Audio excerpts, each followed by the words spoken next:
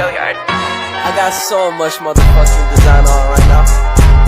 Break it down, bring it back, make it clap. I got 3 old thoughts, new block, where that thing. Bitches on my line, and you know. Bismillahirrahmanirrahim. Assalamualaikum warahmatullahi wabarakatuh. Perkenalkan, nama saya Sufiat. Saya dari program studi pendidikan sejarah. Nah, untuk kesempatan kali ini kita akan membahas tentang asal usul cabang bungin. Ya, tentu saya tidak sendiri, saya bersama Bapak Sahiran, seorang ahli sejarah, penggiat sejarah, dan juga sekaligus jadi mentor saya di tenaga pengajar di sekolah swasta di Gembok. Ya, Pak Sagiran, apa kabar? Alhamdulillah baik, Ya, sehat. kesibukannya hari ini atau kemarin apa aja kesibukan? Kesibukan keseharian ya di sekolah. Kebetulan saya dapat jam mengajar di Madrasah Aliyah, mata pelajaran sejarah kelas 10, 11, 12. Selain dari itu juga saya tergabung dalam dua komunitas sejarah, dua komunitas, yang satu namanya Komunitas Historika Bekasi, yang satu lagi Yayasan Sejarah Bekasi Raya. Dan dua komunitas itu menggeluti dunia sejarah. Yang kita bicarakan penting tentang kesejarahan, membongkar tentang sejarah yang sudah tertulis. Ya, jadi mengkaji ulang dari sejarah yang sudah tertulis. Ya. Dan dari topik pembicaraan ya tentang asal usul cabang bungin itu seperti apa? Cabang bungin ini adalah nama yang sudah lama. Kalau mengacu pada catatan-catatan diantaranya Cevais menulis dalam buku Gevegenis van Gutenberg ya, dalam bukunya itu bahwa pada akhir abad 16 dan awal abad 17 bahwa sepanjang Citarum telah dihuni oleh kelompok-kelompok masyarakat. Nah, bersamaan itu juga dalam sejarah peruntuhan Jayakarta yang diserang oleh Prusia pada tahun 1619, di situ terjadinya migrasi orang-orang Jayakarta. Perpindahan dari Jayakarta. Nah, di situ dicatat juga dalam buku Jepikun, itu ada yang migrasinya ke selatan dan ada juga ke wilayah timur dari Batavia. Nah, di situ saya mengasumsikan bahwa migrasinya itu tinggallah dua kelompok masyarakat, maksudnya tinggal di dua wilayah, diantaranya Kampung Cabang ya dan Kampung Gaga. Tuh, untuk wilayah di Muara Gembong. Terus untuk cabang bungin sendiri, kenapa disebut cabang? Itu adalah di cabang dari Sungai Citarum. Sungai Citarum yang bercabang. Ada anak sungainya. Anak sungai dari Citarum. Padahal itu bukan cabang dulunya banget. Itu bukan cabang, justru yang dominan itu yang Kebungin. Cuma muncul cabang bungin itu sudah jadi cabang yang dominan yang mengarah ke Muara Gembong. Sehingga itu disebut cabang. Nah, jadi munculnya kata cabang itu sejak adanya hunian awal, yaitu di awal abad 17. Jadi sungai yang bercabang. Sungai Citarum yang bercabang itu kata cabang. Sedangkan bungin dalam kamus bahasa Sunda kuno itu, bungin itu artinya delta. Endapan dari Sedimentasi dari lumpur yang dibawa oleh Sungai Citarum, mengendap dan diapit oleh dua buah sungai, yaitu Sungai Induk Citarum yang menuju ke arah barat, ya, dan anak Sungai Citarum yaitu Sungai Bungin atau Kali Bungin yang mengarah ke utara. Nah, inilah namanya delta. Nah, delta itu adalah bungin. Jadi cabang bungin itu secara arti itu Sungai Citarum yang bercabang ya, yang terbentuk dari hasil endapan lumpur. Gitu, itulah daratan bumi, kata cabang bumi. Terus secara pemerintahan pada masa kolonialis, kita tahu bahwa pada masa kolonialis itu dari awal abad 17 sampai akhir abad 18, ya. Masa kolonialis itu PUC ya. Masa PUC itu kan dari 1602 dia singgah di Jakarta sampai 1799. PUC bangkrut, kemudian berdiri imperialis, ya, penguasaan wilayah dan pemerintahan. Itu mulai dari 1800 sampai 1942, kalau penjajahan itu diruntuhkan oleh jajah dari Eropa, itu dikalahkan oleh Jepang dan lain-lain. Cabang Bungin itu sejak masa pemerintahan Hindia Belanda, namanya Hindia Belanda, cabang Bungin itu sudah muncul, sudah ada kata cabang Bungin, yaitu sebuah distrik. Distrik itu sekelas, kalau sekarang itu kecamatan gitu. Cuma waktu itu Batavia dibagi menjadi 5 distrik. Batavia dibagi menjadi 5 distrik. Batavia itu yang sekarang Jakarta, dulu kan Batavia. Menjadi 5 distrik. Distrik kota yang utama itu Weltevreden, ya, Weltevreden. Terus Kebayoran, Master Cornelis, Bekasi, dan cabang Bungin. Artinya pada saat itu cabang Bungin itu sudah sekelas dengan Bekasi, dengan Kebayoran, Master Cornelis. Master Cornelis sekarang itu Jatinegara.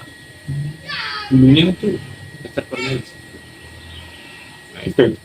Artinya sih sudah jadi distrik. Peta-petanya ada. Nah, di dalam Bevolking Statistik tahun 1867, dalam Bevolking Statistik itu kan tentang sensus penduduk tahun itu, cabang Bungin memang sudah menjadi distrik. Cabang Bungin itu sudah menjadi distrik, dan di situ dicatat jumlah orang yang ada di cabang Bungin. Di Bekasi berapa, kampungnya apa aja, ada. Orangnya jumlahnya berapa, kampungnya ada catatan dalam Bevolking Statistik tahun 1867. Dan kehidupan di cabang Bungin masa dulu itu seperti apa?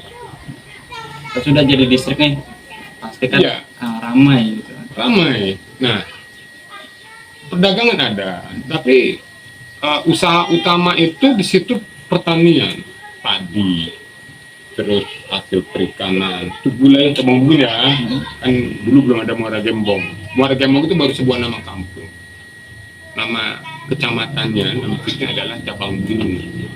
Titik pusatnya sekarang menjadi perbatasan antara Desa Jaya Sakti dengan Desa Pantai Mekar. Itu harus merasam di belakang tuh. Oh iya. Nah itu sampai ke depan itu kantor pemerintahan. Nah, Pada masa itu. Pada masa itu kantor paling awalnya banget, kantor pemerintahan pindah ke situ itu sejak runtuhnya bangunan Landwis, ya, tuan tanah cabang Bungin yang awalnya ada di seberang sana, Kampung Jogor, itu tergerus air, diduga tergerus air. Dan bangunannya pun sudah runtuh dan ada di kira-kira sekarang di tengah-tengah sungai Citarum. Ya, saya tanya sama penduduk setempat, pernah nggak menemukan batu begini? Oh iya pernah Pak, tiap hari begini kali. Nah, berarti sudah habis. Habis. Mungkin sebab habis. Sebab kedua bisa jadi runtuh karena tsunami. Nah, ya. Karena runtuh karena tsunami pada tanggal 26 dan 27 Agustus tahun 1883 terjadi tsunami. Ya. Dalam buku Krakatoa di situ diceritakan hancur wilayah pesisir utara Pulau Jawa di Bekasi juga hancur ini. Mati Muara Gembong, Gagak, Buk gitu. Karena letak geografisnya tuh Cuma di wilayah cabang itu kan cuma 3 DPR. 3 sampai 4 DPL dari permukaan laut 3 meter, sedangkan ketinggian air pada saat tsunami itu 20 meter diceritakan di catatan-catatan itu. 20 meter, luar biasa kan? Ya, luar Nah, biasa. artinya kehancuran Lendhuis, bangunan permanen milik penguasa cabang Bungin saat itu, satu, hancur bisa jadikan tsunami. Yang kedua, karena tergerusnya pergeseran Sungai Citarum.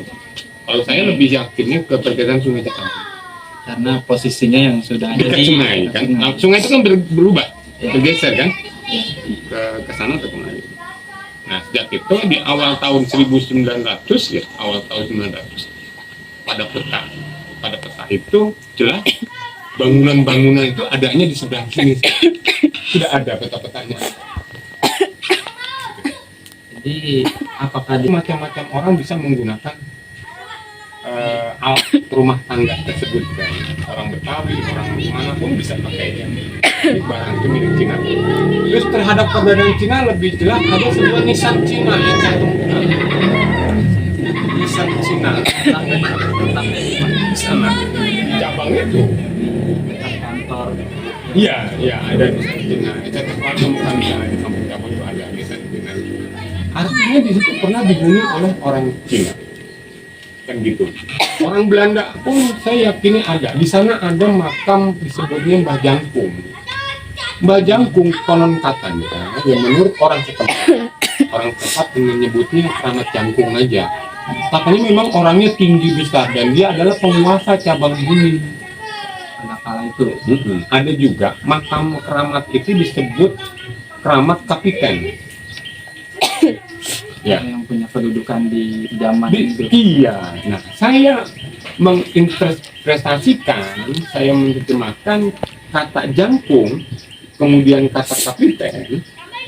Jangkung itu identik dengan orang-orang Eropa. Jangkung. Kata kapiten adalah jabatan. Nah, bisa jadi itu adalah distrik atau camat lah sekitar sekarang. Camatnya cabang Bungin, entah di tahun berapa karena nggak ada keterangan kapan itu meninggalnya dan sejarah tentang si kapiten itu nama aslinya siapa, cuma sebutannya aja Keramat Kapiten, ada di kampung cabang belakang. Jadi orang Belanda ya penguasa itu meninggal di situ, dikuburkan di belakang sana ada. Nah, itu buktinya. Mungkin yang belum pastinya itu siapa dan keturunannya atau dari mana asalnya gitu kan. Iya, belum tahu. Asal usulnya. Iya, nama Belandanya siapa gitu kan. Siapa. Ada juga saya temukan, cuma saya belum susun secara rapi, ya ada namanya Hasan. Salah satu Demang di cabang Bungin. Apa Demang? Demang itu ya sekelas camat. Demang itu sekelas camat gitu. Cuman sebutan kan macam-macam. Lurah aja kepala desa di Mandor dulu. Ya, sebutan itulah. Ada sebut Demang cabang Bungin, ada kata-kata itu. Cuman saya belum teliti lagi, belum kaji lebih jauh lagi tentang informasi dari sebuah koran tentang Demang cabang Bungin itu siapa. Dan informasi sekilas kayak gitu. Nah, terus kembali ke hal mata pencarian tadi, pertanian, ya, kan memang udah wilayah pertanian. Kedua, perikanan. Karena yang posisinya sungai yang sambung langsung ke muara laut ya. Iya, nggak jauh dari laut. Gitu kan, mayoritas wilayah wilayah di kecamatan Cabang Bungin saat itu, ya mata pencarian utama perikanan, pertanian, perikanan.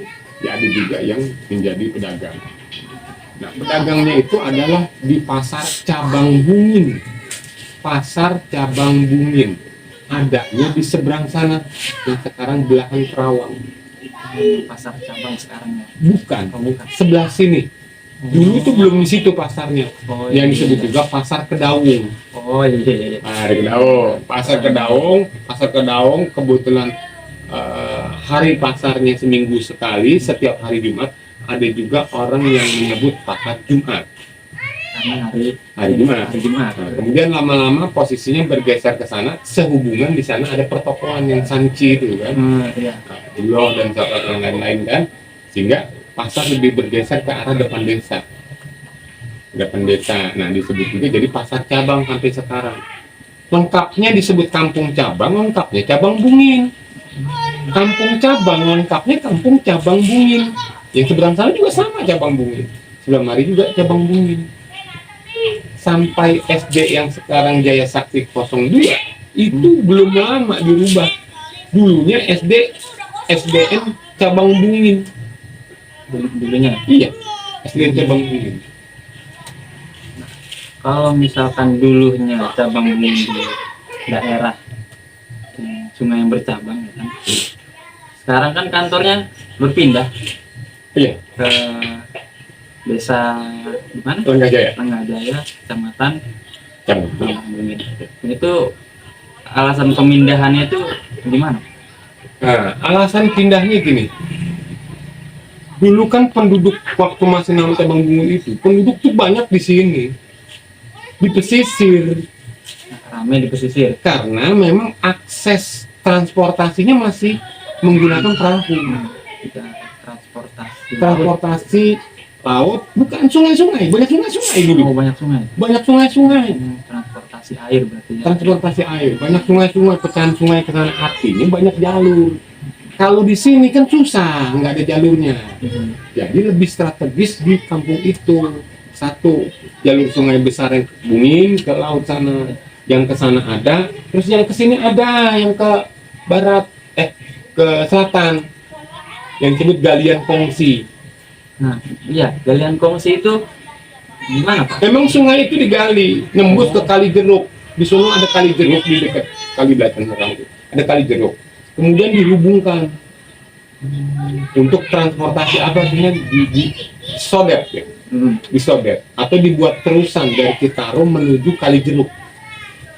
Kali Jeruk tuh Kali Sampan, tuh ke Kali banyak pecah-pecah lagi kali-kali tuh sungai-sungai. Sampai Kali nembus Kali Bekasi. Ciherang, Kali Sungai Labu, Kali Kramat, itu nyambung tuh sampai nembus ke Kali Bekasi. Sungai Labu tuh naik ke Bekasi. Nah jadi dari kampung cabang mau ke Bekasi itu lewat jalur kali ini lebih cepat. Ya kalau di cabang Bungin sana mau ke Bekasi susah. Karena masih aksesnya belum ada ya. Iya, aksesnya belum ada. Jadi waktu itu kampung cabang Bungin, kantor kecamatan cabang Bungin di kampung cabang Bungin itu karena memang akses transportasi airnya itu sangat bagus, banyak jumlahnya. Gitu. Kemudian setelah akses darat itu mulai dibangun oleh Hindia Belanda. Ya, awal abad 20 ya, tahun 1900 mulai dibangun. Kereta api 1890 sampai Cikarang. Kereta api 1890 itu sampai di Cikarang dan akses darat. Kemudian distrik yang asalnya cabang Bungin ini menjadi under district. Distriknya menjadi distrik Cikarang. Tahun 1910. Tahun 1910 distriknya itu distrik Cikarang dan cabang Bungin jadi under district. Jadi ono kewedanaan. Jadi distrik itu kewedanaan jadinya. Under district jadinya kecamatan gitu kan. Jadi ini di bawah naungan Cikarang. Sejak adanya transportasi darat kereta api tadi. Nah, kemudian nama kecamatan cabang Bungin sampai tahun 1950 ya, sampai tahun 1950 distrik cabang Bungin itu masih di sana, masih di kampung cabang itu. Terjadi kekacauan sana kemari pada masa revolusi tahun 1945 sampai 1949 itu sampai dibakar tuh kantor itu. Kantor bekas Kecamatan waktu cabang penjajahan. Bungin, waktu penjajahan dibakar itu. Ya kan itu ada penjara juga di situ. Ada penjara, ada macam-macam. Ya situasi itu kan hukum itu ada tapi nggak ada yang bisa menegakkan. adanya gerombolan itu ex Romusa, para pegawai zaman Jepangnya hengkang, pegawainya berantakan, mereka jadi perampok aja. Kemudian juga datangnya nikah, jadi perang saat itu sangat sulit ya, karena musuhnya itu ada yang bobol, ada yang nikah. Jadi versi pemerintahan pun ada dua saat itu, pemerintahan versi Republik Indonesia ya, versi Indonesia, ada pemerintahan versi nikah. Nikah singkatan dari Itu sekutu yang jelas, pasukan sekutu.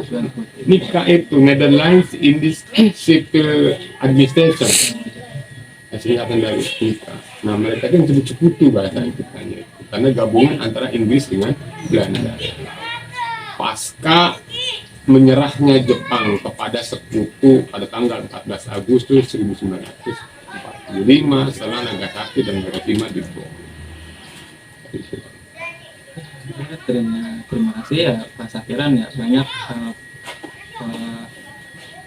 kajian-kajian yang telah dipaparkan ya. Terima kasih Bapak Sakiran ya. Jadi masih banyak yang perlu masih ada yang perlu dieksplor lagi. Ya silakan, kalau nanti ada waktu mau apa yang mau ditanyakan, sebatas yang saya tahu akan saya sampaikan. Jika sesuatu belum tahu, saya juga masih terus jalani penelitian pada batas ada waktu aja, nggak benar-benar nggak menonton ya, kapan ada kesempatan saya jalan itu apa yang ada di wilayah. Jadi tepatnya cabang Bungen mulai pindah ke sana itu tahun 1950. Setelah di sini tahun 1950 pindah ke kantor ke Lenggah Jaya di sana, kemudian 63, kemudian tahun 1973 pindah ke tempat Serang yang sekarang. Itu di 1973. Baiklah ya Pak Sakiran, terima kasih sudah menyampaikan ya banyak kajian-kajian yang disampaikan.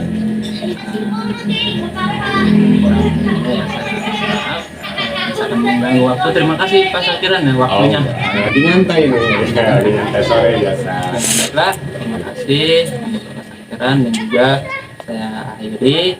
Assalamualaikum warahmatullahi wabarakatuh. Waalaikumsalam.